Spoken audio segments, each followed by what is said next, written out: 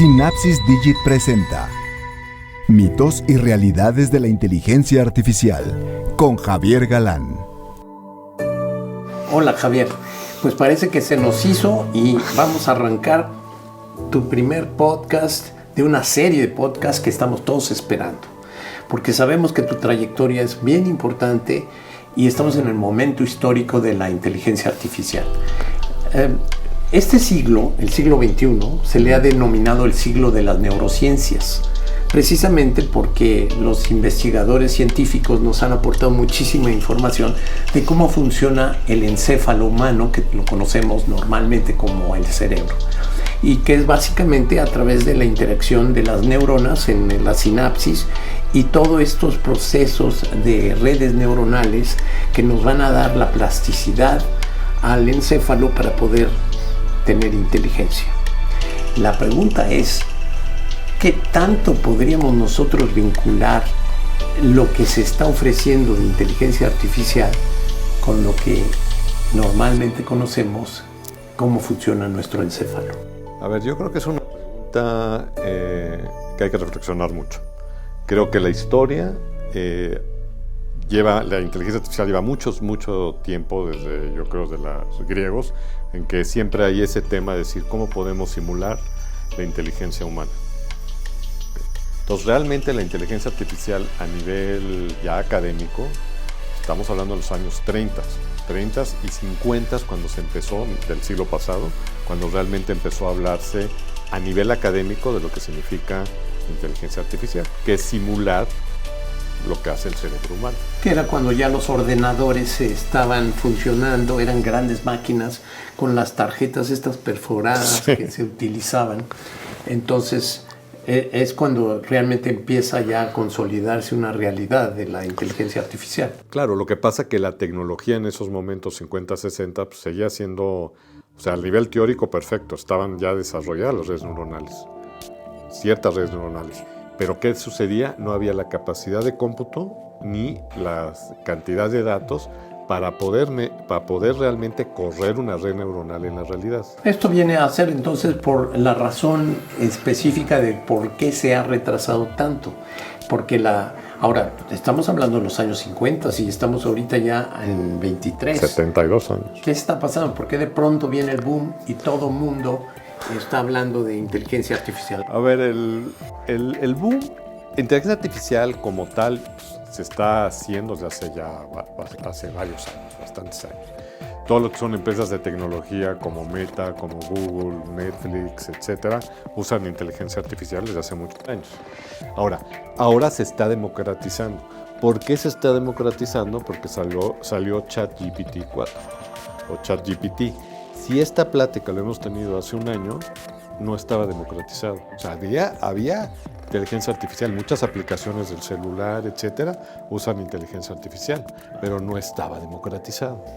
Es lo venturoso y lo peligroso de las redes sociales y de toda la era que estamos viviendo, de la velocidad con la que se transmite la información. Pero yo creo que estamos en una disyuntiva, yo creo que estamos en un momento bien difícil, porque vemos mucho sobre la inteligencia artificial en todos los medios, hasta en las series de televisión, pero yo siento, o es una percepción muy personal, que hay mucha ignorancia. ¿Es correcto? Mira, voy a hacer un símil contra lo que sucedió con digital cuando empezó fuerte en el año 99-2000. Hubo un boom, fue la gran burbuja que hubo de digital. ¿Por qué? Se juntaba lo que funcionaba, lo que no funcionaba, lo que era cierto, lo que no era cierto, etc. Como concepto era muy fuerte. ¿Cuál es la complejidad de todo este tema, de todos estos temas? Es cómo lo aplicas en la realidad, cómo vas generando productos, cómo va avanzando en la sociedad. El símil que se encuentra en lo que nos dices con respecto a la digitalización, viene la digitalización y de pronto se crean dos grupos: los analfabetas digitales y los alfabetizados digitales. Y creo que estamos en el turning point, estamos en el momento, en la encrucijada, ¿verdad? En donde viene la inteligencia artificial y encontramos mucha información, pero muy pocos conocedores. Mira, voy a empezar con el comentario de digital, en el cual todavía un cuarto de siglo después de que surgió digital, todavía la gente cree que es nuevo. Sí. Lleva un cuarto de siglo.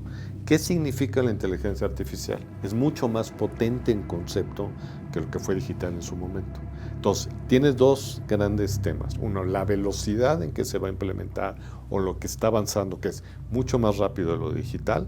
Y eso lo que puede hacer es que va a generar realmente un parteaguas, ¿no? en las empresas, gente, sociedades que no tomen la inteligencia artificial en este momento. Pero hasta el momento, ¿cuál sería la funcionalidad real que podemos ofrecer en el 2023 de inteligencia artificial para las empresas, para la educación o para la vida cotidiana?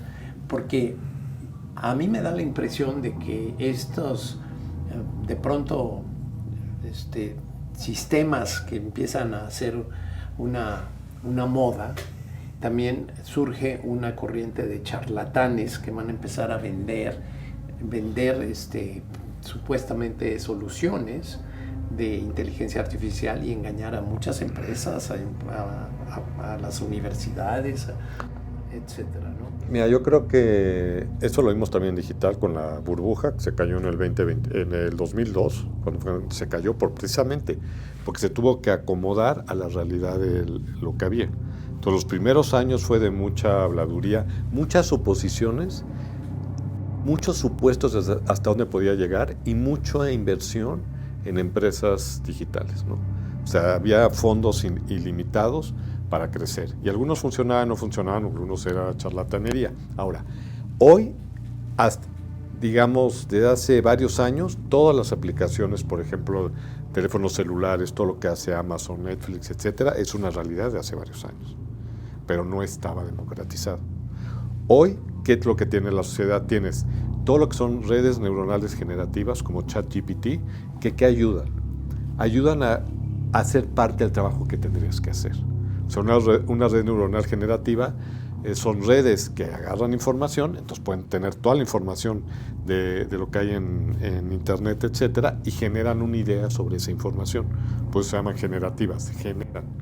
Entonces, para hacer trabajos, para hacer estrategias, para hacer todo el tema de imágenes, etcétera, ya es funcional. No es perfecto, pero te ayuda a adelantar un tema del trabajo. Por el otro lado, tenemos lo que nosotros llamamos modelos duros de inteligencia artificial, que son modelos de negocio. Por ejemplo, proyección de ventas, demanda, inventarios, etcétera. A diferencia de una red neuronal generativa, en la cual la imagen o la estrategia o la creatividad o el cuento que escribió te puede gustar o no gustar o tú cambiarle cosas, el otro tipo de modelos es un resultado puntual. No creo que vas a vender tal, no, vas a vender tal. Entonces ya hoy esas dos áreas dan certeza. Dan certeza, pero hay que entender cada una dónde juega. Esa es una parte muy importante. La gente con el ChatGPT, que es modelos de lenguaje, es lenguaje, generan estructuras de lenguaje hacia adelante, o sea, no puedes poner datos confidenciales de empresas ahí, etcétera. Son temas más genéricos.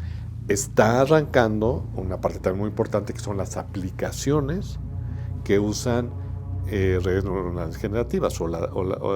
Entonces, esas aplicaciones van ya más específicas para diseño, para cine, para generar música, etcétera. O sea que en cierta manera estamos compitiendo contra la creatividad humana. Sí. A ver, ahí yo creo que es un punto muy a profundizar. Si tú generas 20 ideas en un esquema normal, creativas, para hacer, no sé, una campaña, y tienes a la gente haciendo brainstorming y bla, bla, bla, y luego decides una o las vas modificando, pues tardaste X tiempo en hacerlo.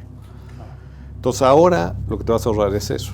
O sea, tú puedes generar 30, 40, 50 ideas y tú escoger y sobre eso trabajar. ¿Ok? Pero ya vas más enfocado a un nivel diferente.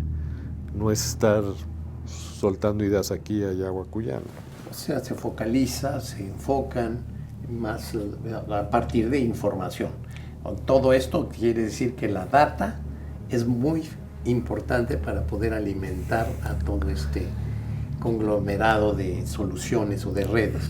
Mira, este es un gran tema, el tema de data en la realidad. O sea, el Big Data, estás hablando que tienes que tener 3 billones de datos para tener Big Data. 3 billones de datos, ¿no? Entonces, la mayoría de los casos que conocemos nosotros de empresas, o sea, temas reales, no tienes esa cantidad de datos. Entonces, resulta que tienes que trabajar en modelos que son mucho más avanzados, por decirlo así, que es una red neuronal que entienda menos datos. O sea, esos son los grandes retos que hay que reducirle sus expectativas. Y encaminarlo. Porque una red neuronal funciona muy bien con mucha data. Pues un ChatGPT pues, tiene toda la información de Internet, tiene todo. Pero tú como empresa, si quieres hacer algo en específico, pues no tienes para nada esa información, por más datos que tengas. Por supuesto. Yo estaba leyendo por ahí en algún artículo que hay 3 niveles ahorita actualmente de inteligencia artificial, ¿no? Una que es la básica, después una más sofisticada, etcétera. ¿Nos puede explicar un poco eso? Básicamente, lo voy a resumir. Los 3 niveles es inteligencia artificial que está basada en un objetivo, uno. Entonces tú generas una red neuronal que conteste un tema, o solucione un tema, o automatice un tema, etc. O sea, redáctame un discurso. O optimízame esto, ¿no? Una línea de distribución, o dame un mejor manejo de inventarios, etc. El segundo nivel son redes neuronales generales, en los cuales ya piensa más como el humano. O sea, podría esa red neuronal hacer un tema de inventarios y a lo mejor hacer un cuento, etc. O sea, es más plural, diversificada. Exacto, multidisciplinario, etc.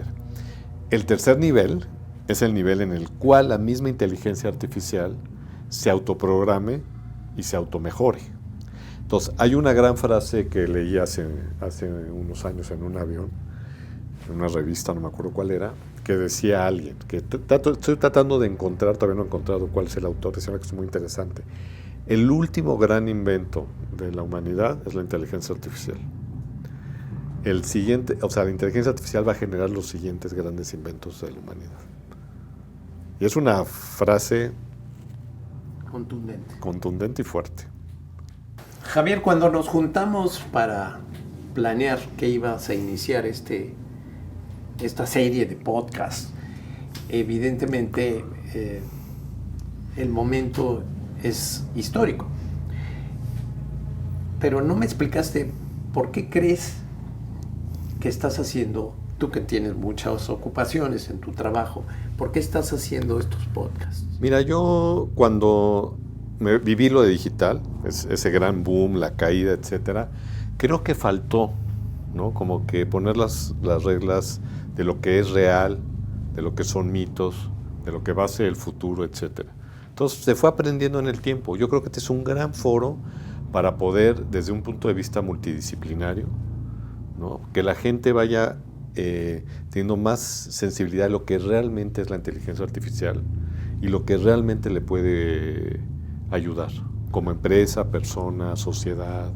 A mí me emocionó y la verdad lo agradezco el que te hayas animado a hacer esto, porque es una gran oportunidad que nos lleves de la mano con profesionistas que no tienen a lo mejor el trabajo de la inteligencia artificial, pero que podemos descubrir en qué se podría aplicar la inteligencia artificial. Exacto. Que nos lleves también con invitados que traigas aquí en donde planteen gente que sabe. Realmente lo que necesitamos es que nos abran los ojos, nos abran la mente para que podamos nosotros comprender la inteligencia artificial. A mí me divierte muchísimo ir a las oficinas corporativas de algunos clientes y conocidos y me dicen, es que es un edificio inteligente. Y lo que yo he comprobado en la mayoría de los edificios inteligentes es que están muy estúpidos los edificios, porque hay veces que no hay forma de llegar al piso que tú necesitas, o se va la luz, y en fin, pasan muchas cosas muy cómicas. Entonces yo creo que estar en manos de un guía como tú, que fuiste a mí me consta, el breakthrough también para incursionar en la mercadotecnia y en la publicidad, tú metiste todo la era digital. Antes, mucho antes que las grandes compañías, tú ya estabas metido en eso. Y ahora en la inteligencia artificial también he visto que has estado ya picando piedra, has hecho proyectos ya muy grandes a nivel mundial, ¿no? A nivel, ahora le gusta decir a la gente global, pero yo creo que es una gran oportunidad este podcast de que nos estimules, nos enseñes y nos guíes. Y también creo que la guía va en función de los retos. Porque yo creo que la función del gran reto de inteligencia artificial no está en la parte de la inteligencia artificial, está en parte de nosotros como personas. Claro. Ese es el gran reto que tenemos. Entonces, la inteligencia artificial es más que una herramienta, definitivamente, es algo que va a ayudar. Pero el gran cambio tiene que venir desde uno mismo, como empresa, como persona, etc. La pandemia oficialmente se acabó, después de 2 años. Donde estuvimos toda la humanidad encerrada y angustiada. Sin embargo, con el fin de la pandemia estamos ahora en los albores de la difusión democrática, por decirlo así, de la inteligencia artificial. A mí me gusta mucho este paralelismo que hago con respecto a la plaga de la Edad Media. La Edad Media, una pulga viene a transformar completamente a la humanidad en su momento, porque la democratización de las ideas se dio a partir de esa pulga. ¿Qué hizo la pulga? Nos demostró que ni los papas, ni los sacerdotes, obispos, príncipes o reyes eran divinos. Nos los mostró muriéndose al igual que los otros de la plaga. Y abrió al Renacimiento. El Renacimiento aportó miles de estudios científicos y de descubrimientos, cosa que en la Edad Media no se daba. Hoy tenemos esta nueva plaga que fue el COVID y tenemos como resultado algo que tú estás diciendo que es bien importante. Los que tenemos que cambiar el chip no son precisamente los ordenadores ni las computadoras, ¿verdad? Los que tenemos que cambiar el chip son los humanos. Mira, el tema a lo que tú comentas, la inteligencia artificial, nosotros como negocio, el tema del COVID generó algo muy importante, incertidumbre. ¿Ok? O sea, todo lo que tú conocías como persona, como empresa, etcétera, no sabías qué iba a suceder. Entonces, el primer proyecto que ganamos en Estados Unidos, inteligencia artificial, está basado precisamente en qué iba a pasar el COVID en función de la demanda de productos. Porque la experiencia que se tenía ya se rompió, es un mundo totalmente nuevo. Entonces, esa incertidumbre lo que genera es que ya a nivel, a lo que tú estás acostumbrado o con las métricas que uno tenía y la experiencia, etcétera, te cambia. Entonces, ¿qué va a pasar en 1, 3, 4, 5 semanas? Simplemente ya no se sabe. Cambiaron todos los parámetros. A nivel mente humana es imposible ya no tener la base de inteligencia artificial que te dé esa cantidad de relaciones entre todo para sobre eso tomar decisiones, porque es un mundo totalmente distinto. La sociedad se fragmentó, se polarizó, entonces todo eso genera patrones distintos de todo, políticos, de consumo, etc. Entonces, ¿qué es? A nosotros en la realidad nos ayudó en enfocarnos en modelos que proyectan lo que va a suceder. Claro, y yo entrevistaba a una científica en el 2017, fines del 2017. Es una científica experta en influenza aviar. Uh-huh. Y la estaba entrevistando yo y precisamente le preguntaba del H1N1. Ella me dijo, la contestación fue muy precisa y si quieren después la metemos en uno de estos podcasts para que la vean y la escuchen. Ella dijo, se abrió una caja de Pandora. Sí. Se abrió una caja de Pandora y no quiero ni pensar lo que va a venir. ¿Por qué? Porque ya estábamos en los albores, vamos a decir, en la incipiente llegada del COVID. Mira, yo creo que han sido dos factores muy importantes en el tema de inteligencia artificial en los últimos meses. Hace 8 años, cuando empezaba a ver la inteligencia artificial, pues nadie en cierta manera ya lo entiendo, que nadie me entendía, me queda muy claro. Ya hablé con gente en China, Israel, Estados Unidos, Europa, etc. Y la mente humana se acostumbra a manejar lo conocido. Inteligencia artificial, al no ser algo concreto de principio, porque los modelos tienen que aprender, por ejemplo. Los modelos no son perfectos. Entonces, el hecho de que tú entregues algo que es algo que se va gestando, que va aprendiendo, lo primero que entregas no es ideal. Entonces, voy a poner el caso de Musk, que se me hace maravilloso. Se le cae el cohete, ¿no? Él no dice es una falla. O sea, él dice es un aprendizaje. El autopilot chocan. Si no chocas, no hay manera que la inteligencia artificial aprenda. Entonces, es una forma de pensar totalmente distinta el uso de la inteligencia artificial, porque es algo que se tiene que gestar, tiene que crecer, lo tienes que alimentar con más datos, tiene que fallar. O sea, no hay ningún modelo perfecto. El caso de ChatGPT 4, Microsoft, cuando lo empezó a hacer en beta, se empezó a decir cosas fuera del guión. ¿Por qué? Porque ese es el objetivo de la inteligencia artificial. Si en cambio, si tú lo empiezas a tratar de controlar, pues pierde la esencia de ese aprendizaje. Pero la gente, en general, no estamos acostumbrados a esa forma de pensar. Claro que no. La mente humana siempre tiene un factor que la inhibe para los cambios o para la innovación. Es el factor miedo. Gracias. Muchas gracias, Juan. Creo que esto va a ser un inicio muy interesante de lo que nos vas a descubrir, nos vas a llevar, nos vas a conducir por un camino que posiblemente también tengamos errores. Claro. Pero lo importante es que no nos vamos a cerrar a la ignorancia. Muchas gracias. No dejen de suscribirse a este canal. Muchas gracias.